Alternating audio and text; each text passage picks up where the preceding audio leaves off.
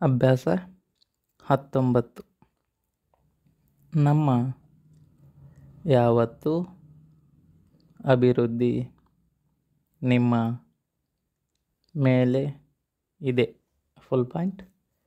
ನಮ್ಮ ಅಭಿಪ್ರಾಯ ನಿಮಗೆ ಗೊತ್ತಿದೆ,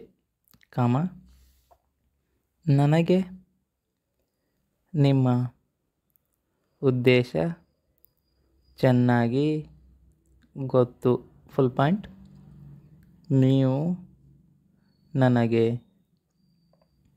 ಕೋಪದಿಂದ ಬರೆದ ಕಾಗದ ನೋಡಿದೆ. Full point.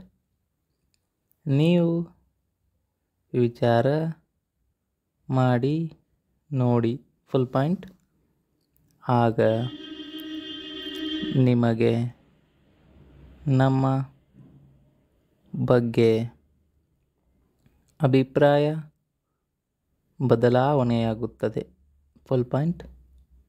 ಇದಕ್ಕೆ ಆ ಅಧಿಕಾರಿ ಹೊಣೆ,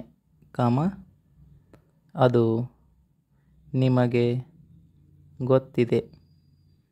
ನಿಮಗೆ ನಮ್ಮ ಅಪ್ಪ ಮತ್ತು ಅಮ್ಮ ಬೇಡ. Full point. ಅದು ನಿಮ್ಮ ವಿಚಾರ ಇದೆ. Full point.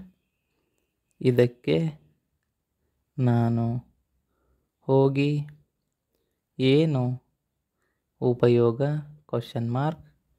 ನೀವು ನಮ್ಮ ಅಭಿಪ್ರಾಯ ಒಪ್ಪಿಲ್ಲ. Full point. ನಿಮಗೆ ನಮ್ಮ ವಿಚಾರ ಬೇಡ. Full stop.